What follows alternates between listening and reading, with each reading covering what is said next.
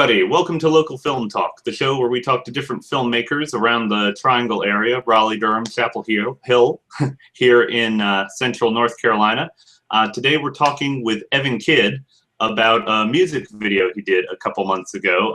Evan, great to have you with us. Yeah, man, great to be here. Always good to be back. So you did a music video for a local rock group called Motorbilly. Yeah. I guess this came out right about a month ago, actually. Yeah. Yeah, a month and a day ago. Yeah. Good timing. So let's we'll go ahead and watch this together. Do kind of a like maybe a live director's commentary track. But do you want to go ahead and introduce it for us real quick? Yeah, sure. So the band is Motorbilly. They're based in, I think, Raleigh, and then they played this show that's featured in the music video in Garner, North Carolina. So it was just me and a two-person crew. We went there and we filmed their live show, and then simultaneously they had some downtime while the other bands were performing, and then we went out, and they have a really big, fun RV, and usually I do a lot of like drama and serious stuff, so this one was a lot more comedy and free form. So we had a lot of fun with it, and they basically, their whole thing was, we want to show that we're a struggling rock band, and we want to show that it is not glamorous doing this, and so that's like kind of the play on the theme of the song, basically. So. Okay, cool. Let's go ahead and check it out then. All right. So, yeah, go ahead, take it away. Tell us a little bit about what we're seeing here. All right, so what we're seeing here, this is the very beginning of the video. They're loading their gear into the truck that's attached to their RV. And so this is what we're simultaneously cutting with the live footage. And so it's a three-piece band, so we had a lot of stuff, drummer, the bass, guitarist, and they all take turns singing. Right there, that's a cool shot with the GoPro. We use the GoPro a lot on this. And you may have seen it in the last clip. He had it on his head, and then they put it in the car for like that time lapse. And basically, this was a lot of fun. I love the GoPro. It's one of the favorite cameras, I guess, that I've been using a lot recently. And yeah, definitely made use. It's the Hero 3 Plus. So okay. It'll shoot in 4K, right? Yeah, it will. So it cuts well with the DSLR footage. So yeah, we shot this with the Canon 60 and a T3i for the secondary camera. And then the the GoPro Hero 3 Plus Black Edition was on the guitars and the drums. We kind of rotated it a few times. But yeah, this is just really a crazy, fast cutting, super fun. I love that shot where it's on top of the right bass. That was one of my favorite shots that we got. I was going to say that has to be a GoPro shot. Yeah, absolutely. Yeah, that was a lot of fun. I have this little simple $20 clamp that literally just looks like a fancy chip clip that has a little attachment for a GoPro, and I use that thing almost every time I use the GoPro and just clamp it to stuff, which is so much fun. Oh, and then this is Waffle House, where I make a tiny cameo that just passed that you can't even see because they needed people to walk by, but it was like midnight when we shot this. It was at the Waffle House by Hillsborough Street.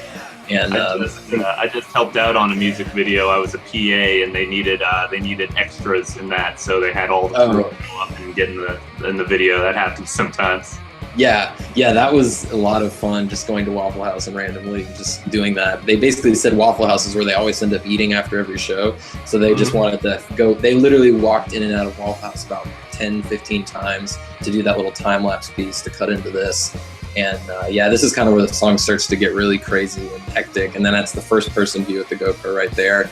And we just put it on their drummer, and he wore it on his head with the head mount. And we just cut a whole bunch of that footage with all this really fast-paced stuff. And I think there's a lot of GoPro footage in here. Did you end up using more than you thought you would? Yeah, I did. When we had the GoPro, I thought, yeah, we get a couple fun shots with it. But actually, it ended up, with a lot of footage because we let it really roll. Like, I put it on his head, and I was just filming with the main camera. And then, he ended up capturing lots of stuff while it was, just attached to his head. And so I was like, okay, cool, we got a lot to work with. So it was weird? A lot of fun. It's a new experience for most people walking around with a helmet cam. Yeah, we were in the bar and people were giving him all these weird looks, but yeah, Bernie, he was not Bernie. He was the drummer who we had the GoPro on, and so we basically were walking around, and he had it on his head, and this one lady was like right up in it looking at it, and then she was like making this really ugly face in it, and I wish I used that clip, I just couldn't find a good place for it. But Like, yeah, can we get a release for you making this face in the video? Right. I think you'd love that. Exactly. Yeah, we had a lot of really fun footage. But yeah, You it was got a a little tag on the end too. What was that all about? Insurance payment on this, right? Oh, the tag was yeah, this was where they were taking the gear out, and then he almost hit my camera square on with like a speaker tripod or something, and he was like, "Oh, I almost broke your lens right there, man. Good thing you had insurance." And I just thought, and I was thinking, I was like, "Yeah, I don't have insurance," so I thought that was funny. Nice. So just a little funny, kind of different kind of video from what I traditionally do. And, you know, it's fun to kind of branch out and do something kind of different. You know, get a different spin on your, I guess, formula. So. Right. Yeah, that one was a lot of fun. So tell us how that came to be. How did you get hooked up with that band? This isn't your first music video, right? Had they seen your work before? Yeah. I think what happened was I knew about the band. I think I may have actually seen them at an event about a year or two ago, and something just stuck with me. And then I actually ran across their page on Facebook, kind of by happenstance. I think a mutual friend had liked it, and so I saw them, and I was like, let me just shoot them a message and see if they'd be interested in doing a music video. And I was like, you know, maybe they don't have a track ready or whatever. But so you approached them? Okay. Yeah, I did. Yeah, I just want, you know, because I remembered they were really good because they have just such a unique sound, because they're like rockabilly, hard rock, a little bit of country. It's just, you know, and they don't take themselves too seriously either, and they have like a lot of fun with their live shows. So I was like, these guys would translate well visually. Right. And they're really good. It's not this post-rock hipster. Yeah. They're having fun, rock and roll. Yeah. You know, they're all about just playing, and you know, whatever happens, happens. And yeah, it's a cool attitude to kind of find, you know, especially nowadays. There's a lot of pretension and a lot of, you know, posing for certain things in certain, you know, genres. So it's, you know, kind of cool to see people who are just like, you know, this is our music, take it or leave it. We love it, but you know, it may not be for you. And if it's not, then suck it. Like that's that's literally them. Like as crude as it is. Like that's awesome. But yeah, they're definitely as hard rock as it'll come. You know, just old school guys. Really, really fun to hang out with, and it was a lot of fun. Yeah, a lot of fun to shoot. So. Now the concept for the video, obviously it's pretty straightforward, no frills, you know, not a lot of, I don't want to say not a lot of production value, but not a lot of high-end expensive stuff in there. Whose idea for the concept was that? Well, who came up with that idea? It was a combination of me and the guys from the band. I think essentially, you know, once we kind of got rolling on the idea of a video, I basically, you know, said, you know, do you guys have like a certain live show that you really like playing? Is there a venue you'd want to go to? And they're like, well, you know, we're playing this show at Locked and Loaded. The crowd is kind of all over the place, but this is one where you really got to earn the crowd. You know, if you're not playing to what they like, they'll walk over and buy a beer and then kind of forget you're there. So, you know, and that's something that I thought was cool. I was like, so, and they're like, you know, and we always want to earn the crowd. And so I was like, all right, so let's set it up and film over at Locked and Loaded. And so, yeah, that's how we did that. And then I guess traditionally, like you were saying, I usually do. This wasn't something that when you approached them about doing a video, you didn't already have the concept in mind. Yeah, the concept kind of grew. Like I said, this was a much looser music video than I traditionally do. It was definitely a new experience, because usually when I do a music video, I've already got the concept when I'm approaching. You know, I'm already getting ready, got everything planned. You know, this one, we knew where we were going and we knew the cameras we were using, but really outside of that, it was just very documentary style. And, you know, like I said, something different. And you know, I think it's important to kind of get new perspectives every once in a while as you work, because, you know, a lot of what I do is so planned. And, you know, like I said, past music videos, you know, I usually get all the light kits and all the, you know, special backdrops and different things like that. Like I'm working on a new video, a hip hop video for a guy named Judah, which I'm really excited about. And, you know, that one we spent probably 3 hours lighting just one setup, just because we wanted it to look correct. And it's a super dramatic video, and you know, I'm really stoked on that. So this was, you know, complete opposite. So, you know, and like I said, I love doing both. So. Now, speaking of lighting, all the lighting of the concert footage, that was just the stage lighting? You didn't set any of that up? Yeah, well, we actually did. We had lights and they had some lights, so we basically combined both of them, because the venue actually didn't have any lighting whatsoever. They just have like a stage. So yeah, if like they turn off the lights and they have like one little spotlight, but like, you know, outside of that, it's not too fancy. Well, it's mostly a bar. The stage is just kind of an accessory. Kind of out there. Exactly. And yeah, so we brought some lights and they brought some lights, and we kind of did a combo deal and got both of that going. So. Okay. So how much, so you said you used a combination of GoPros and DSLRs. How big was your crew, and exactly what were the cameras you were using on this? Yeah, the crew was 2 people. I was filming with the 60, and then Jabari Harris, a friend of mine who helps me out a lot, he was filming with the Canon T3i, kind of getting more wide shots and kind of some crowd reactions. And I was like right up there in the band, sticking cameras in their face with the shoulder rig on my 60. And then GoPro was really just unmanned. It was, you know, we'd attach There's only one GoPro?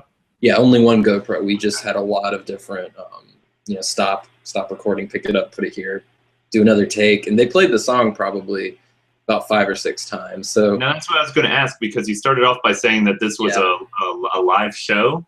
Yeah, so that's what was interesting about it, because you know, they played it 2 times in sound check, and so there weren't that many people there for that. And then the other, I think 2 or 3 times, or 4 times, excuse me. I don't remember the exact count, but yeah, the majority of the, I guess, times they played, there were people there, and they were like, all right guys, so you're shooting a music video. And at first everyone was like, oh, okay, whatever, but then like they kept doing it, and like the audience really liked the song, and so they were like, yeah, play it again, play it again. And this one lady like ran up and she was like, I want to know, you put me in the video this time. And she had a couple beers, you could tell at that point. But yeah, it's a great time to have somebody do something weird on camera and get them to sign something. That won't come back and bite you at all. Yeah, I think that lady was the one I told you about who was looking in the GoPro, but she made a reappearance. But yeah, unfortunately, we didn't get too many things like that signed. But we got the general gist of it. Yeah. Right. So it's a live show, and you've actually got an audience there, and you're like, all right, guys, we're going to play the same song again. It's like the Cantina Band in Star Wars, same song, 4th time. Yeah, exactly. Yeah. But the people actually liked that. They kind of got off on it, huh? Yeah, they did. And then they did play the rest of their set too. And so, I got some of that slow-mo footage from other songs, so I just kind of hung around and filmed some more stuff after they did, they played Rocket, but they actually were smart. They didn't just play it like back to back to back to back. They would play it and then play like 2 other songs and play it again. So it would be a little less monotonous for them. Okay. So, and as people have more and more to drink, they forgot they'd already heard the song. Yeah. People I love the song. I must hear it on the radio all the time. Yeah, exactly. Yeah, as the evening went on, more people kind of cared less and less. So. Now, what's that like shooting a live show in a club like that? Obviously you kind of got an issue where, you've got the audience, so anybody who ends up in the show, you got to get a release from them. And of course, when people have been drinking and everything, did you how did you clear everything from a legal standpoint? Did you have to go to everyone and get them to sign something? Did you just put a sign out on the door saying, we're filming, if you come in, you might be in, and walking in? Yeah, we made a general announcement to everyone at the beginning, and I think most people saw that we were doing the music video, and we didn't film back where the bar was or back where people were eating traditionally, and like all the people that were in front of the cameras, we would be like, hey, we're filming, do you care? Then most people would be like, yeah, we don't care. Majority of people really could care less. And so, and plus if someone, most people were just sitting and talking that were in the background of shots, and the few people that were dancing, they knew very well we were making a video, and they were trying to get on the video. Right. So yeah, most of that actually worked out really well. So yeah. Everybody who's going to be sitting in this front area, if the lady you're with is not your wife, sit in the back. Yeah, you may not want to be in the video. Yeah. So you went and so the actual concert footage all shot at one live show, and then talk about going to the Waffle House. Yeah, the Waffle House, that was actually done, I think 2 or 3 days later. So that was actually pretty quick. We just went over there really late at night for an hour and just filmed them walking in and out a whole bunch of times. And, now, did you clear that ahead of time, or is that something where you kind of ran in and said, hey, can we shoot a little bit of footage of this place real quick? Yeah, that's, I think one of the guys in the band, they went to go order some food, and they're like, hey, we're buying some food. Do you guys care? And they were just like, whatever. So you can usually, usually the later it gets, the less people care. I guess that's the way to put it. It's important to get that stuff checked, though. I wouldn't recommend just showing up and doing it. At the very least, ask. Oh yeah, definitely. Because you don't want to go through all that trouble and then find out that there's that one quick shot where you can see, you're not even focusing on it, but you can see the shoulder of a guy sitting down at the end of the bar, and he's like, hey, I didn't want you, that lady I'm with was not my wife, and I don't want to be in this video, and then your whole video is screwed. So I hope there's not that much infidelity around here. You never know, man. So, but it's cool that they let you shoot it. I mean, I guess you don't necessarily have to. I mean, I'm not a legal expert. I guess the parking lot is a public space. Yeah, so like the parking lot. Plus, it was all the stuff in the parking lot was coming out of their van, so like they were loading in anyway. So, and I've done a lot of documentaries, so I'm pretty used to on the fly kind of filmmaking, where you just kind of have to roll and ask questions later. Usually when I do that, ask questions. I mean, usually I ask questions first if I can, but sometimes you do have to ask the questions later. And usually if you explain what you're doing and you don't come off as, kind of like an idiot, or, you just kind of, if you appear organized and like do your homework and, really are just truly honest with people, I find in my experience that, people are pretty generous. So. Right. You don't break anything. You don't get in the way. We're just going to be in this corner. We're not going to cause a ruckus. And I guess the biggest, and if you leave a space and you explain that you're going to leave the space cleaner / in better shape than you come across it, most people are very fine with it. So. Right, that's a curse that more people more people in the filmmaking community need to pay attention to. There are so many times when you want to shoot somewhere, and the answer, a lot of times when the answer is no, very often it's because somebody filmed there before and made a bad impression, and they're like, I don't want somebody coming in and leaving trash all over the floor again. So it's always important to like, what is the Boy Scout motto? Leave things nicer than you found them, and people will be happy to have you back. Absolutely, could not agree more. So you got all this footage. How long did it take you to edit the thing? Well, it's funny. We shot it in late January, and then it didn't come out till like early March. So there's about a month-ish, maybe give or take a week, where we were really editing. And I was in the edit room really probably cranking a couple hours a day. I mean, it's funny. It's such a quick video and so many shots, but it's like the more shots there are, even though they're only on screen for like another second or two, that's just another clip you have to drag in the timeline, another one you got to cut. So, even though it appears really rapid, and, when you watch the video, I mean, you watch it, and at least to me, it goes by really quick. But, it doesn't, like, because if it's a shorter song, it's fast paced, there's a lot of fast cuts. But, all the fast cuts, that's just more time you have to spend, getting them there. So, it definitely took a little bit to edit, but, it was a fun process, absolutely. Well, and cuts have to flow, and so the more cuts you have, the more they have to flow. And when they're very close together, and people have by the time you go to the, by the time people remember what the last shot was, you've already cut 2 more things, then you have to worry about flow across, a dozen different clips. And so, it can be hard to find, because when you go through and you're looking at your footage at first, you'll see a cool movement that takes, 3 or 4 seconds. And once you get your pacing down and you realize you're not going to have a clip that lasts more than 1.5 seconds, you have to figure out, am I going to use this clip at all? Which part of it? Am I going to break it up and use it in different places? So, those faster edits that, that make the video look smaller and simpler actually make it a lot harder. So I can imagine you spent a long time putting that together. Yeah, it took a minute to piece everything together. But I think the key with editing is, they say good editing is when you don't really notice the editing. Right. And obviously with this, you're cutting so fast that, yes, it's noticeable, but you want to make that, you want to own that fast cutting. You want to make it a part of the story you're trying to tell. And, even, and like, I know that I always talk about storytelling when I, talk about filmmaking. It really does go hand in hand. And, while this is not, a multi-page script, this is, a lot simpler. It's a pretty simple concept. The band, they struggle. They're, playing shows. They go to Waffle House a lot. But, there's still a story in there. It's based on reality. They told me, that's literally what they do after every show. And so, I wanted to own that kind of a lifestyle and kind of apply it not only to the direction and the cinematography, but also even the editing. So. Well, I definitely think you nailed it with the video. Now, I guess the last thing we'll hit on, of course, the last aspect of producing any video is releasing it and getting it out there. Obviously, it's available on YouTube right now. Is it available on any other venues, and how have you gone about promoting it? Yeah, so it is on YouTube on Motorbilly, the band, their official YouTube channel. You can watch it on YouTube.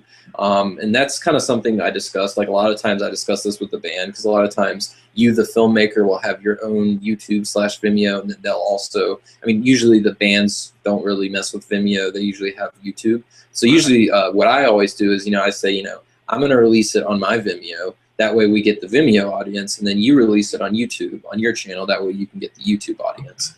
So that's how I did it. So yeah, it is on their YouTube channel, and then it's also on my Vimeo channel. If you go to, I think, vimeo.com/EvanKid, you can check it out there as well. And it's on my website, rocksetproductions.com. So yeah, and then I guess in terms of getting it out there, that's the toughest, biggest thing. But I guess it helps because, when you work with the band, you have not only like, when it's an artist, you just have that one artist in the music video to promote to, and then your circle also to promote to. But each of those guys in the band have their own circle of people, and I have a circle of people. So between all of us and the crew that worked on the video, that's usually a good starting point. And then from there, there's like Facebook groups. There's local NC artists and musicians. A lot of times they're interested to see kind of what other musicians are doing in the area. So those are good places to start.